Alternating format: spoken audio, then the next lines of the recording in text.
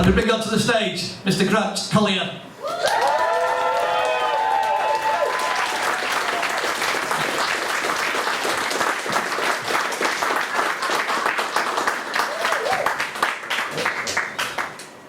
Hello, my name is Grant, and I'm a recovering academic. 2 years, 7 months, 14 days. Academia is not real, it can't hurt you. When I got my PhD, I sent off hundreds of applications for funding. Didn't get a single successful response. And they said to me, thank you, I know. And they said to me, look, you've got to put more than just your name on the application form. I said, but my name's Grant. I don't expect any sympathy from a Bright Club audience for struggles in academia, by the way. I'm fully aware that the audience is mostly traumatised academics and emotional support handlers. That's pretty much the makeup of tonight. That reminds me, actually, the Carlton Club have asked for a bit of housekeeping before I begin. So, there's really strict fire safety regulations in this room, so the academics in the audience, please make sure you keep that emotional baggage out of the aisles. Keep them safe. So I've got a really good set for you tonight. I've got one piece of material, one joke, and I'm padding that out for the full 10 minutes. You're going to love this. It's my undergraduate essay approach to comedy. It's very innovative. Going for a solid 2-1. That's my benchmark here. You're going to love it.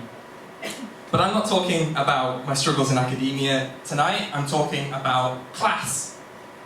Give me a big cheer if you're middle class. Hey!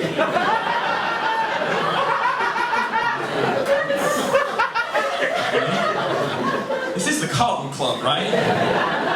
I've seen the range of hoppy IPAs at the bar. There's got to be more of you. Sorry, right, okay, the prompt was wrong, I'm sorry.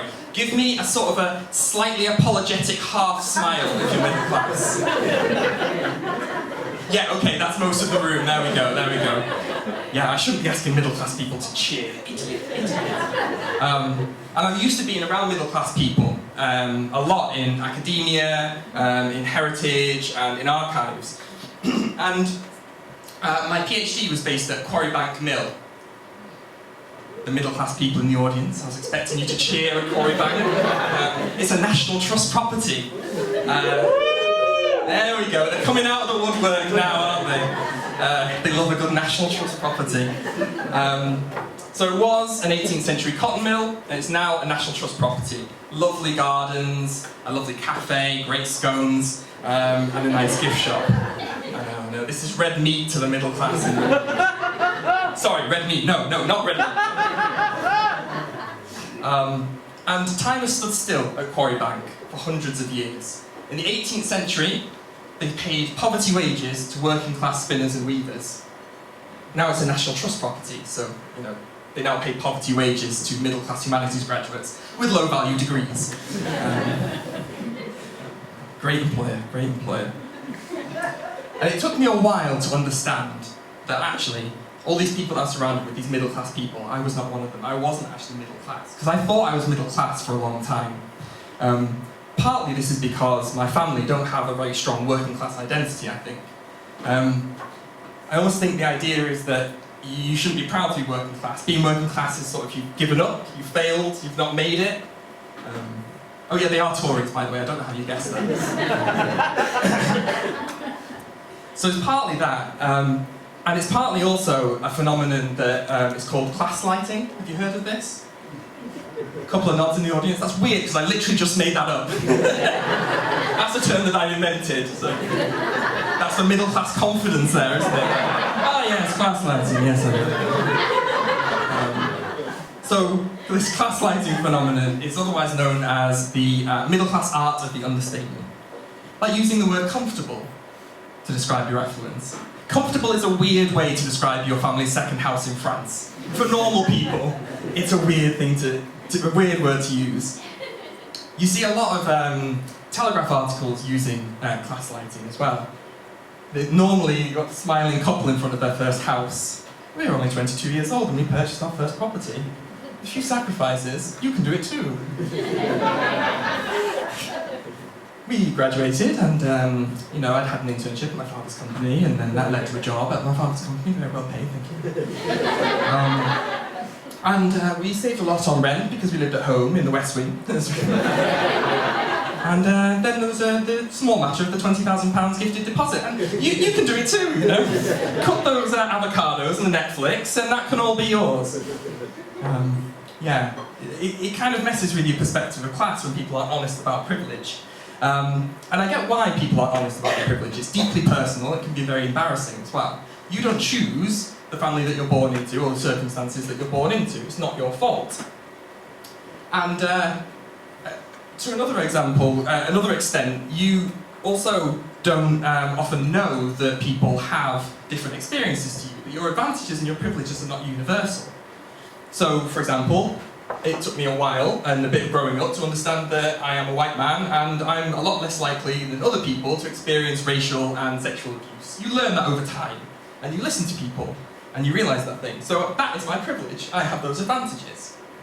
I was also really lucky to have a parent who was really invested in my education. That led me to grammar school, which led me to university, led me to 3 degrees, and that led me to a lifetime of anxiety and self-doubt. And that's, I'm lucky in that sense. I'm really, really lucky. But over time, I focused less on the privilege and then started to realise that I was, in fact, what people tend to call disadvantaged. And the most prime example of this was my first birthday, which I had in a women's homeless shelter. Which sounds like a very bad place to have your newborn's first birthday. It's not ideal, necessarily, it wouldn't be what you envisaged. You would think, and I was waiting for the R there, but that never came. But yeah, that's right, you belong there. But actually, I had an amazing time at this place. In fact, I'm told that I had the best birthday I have ever had. All of these women fawning over me, so much attention, it was wonderful.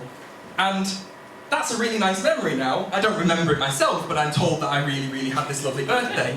It does, however, mean that I have to come to terms with the fact that I peaked at 1 year old. And then it was all downhill from there. But after the homeless shelter, we then got into the council house system, and we moved to various council houses. One of them had ants, one of them had silverfish, the other had mould, and we slowly got better and better places, and then we got this rented place, which was in the catchment area for the grammar school. And it's the place that my mum still rents today, and this place has a bizarre story to it, because the whole street was owned by a wealthy old widow. And when she died, she left all of her property to her cats. This is absolutely true. This is all the property was left to the cats. Now, as we all know, cats can't hold property. It's not just the thumbs, although that is the problem, it's the legal aspect to it as well. So it's administered by the Cats Protection Trust on behalf of the cats. So the cats get the proceeds of the rents for these properties, right? And I don't know if you have any cat owners. Woo! Yeah, the biggest cheer of the night in the front there. Understandably so. Yeah, as a cat owner, I think you'll agree with me that literally owning the place is too much power for cats to have. It's far too much power. When you say Tiddles, she acts like she owns the place. When she literally does own the place and she is your landlord, you're in dangerous territory, right? And thinking about my research and the makeup of the 18th, 19th century, you have massive inequality, people working long hours and not being able to improve themselves and their situation. And I would think about this, sat in my mum's living room, and I'd be reflecting on the cats that had inherited a property empire through no hard work of their own. You've never seen a cat do a hard day's work in your life, have you? No. They haven't worked for that. They have the privilege, and I'm jealous of these cats. And looking, reflecting on the modern day situation, our society today would be intimately familiar with those people in the 18th and 19th century. They would think that nothing had changed. The family that you're born into is still the strongest determinant of your quality of life, your ability to buy a house, raise a family, and live comfortably and well. And it's getting worse. This phenomenon is getting worse year on year. The Office for Fiscal Studies released a report a couple of weeks ago that said that social mobility is at its lowest rate in 50 years. And that's really shameful. That no matter how hard you work, it's getting harder and harder to make something of yourself. And I would think about all the hard work that I was putting into this PhD, and all the hours I was pouring into this to try and better myself and my situation. And then I glance out the window, and who's swaggering across the fence? Off its tits on catnip, swollen with the premium Sheba that has been funded through the non-negotiable donation to the Cats Protection Trust that my mum and other people have had to pay through their lives. And I think of the all-powerful fat cat landlords. That's my one joke. Thank you very much, everyone. Thank you.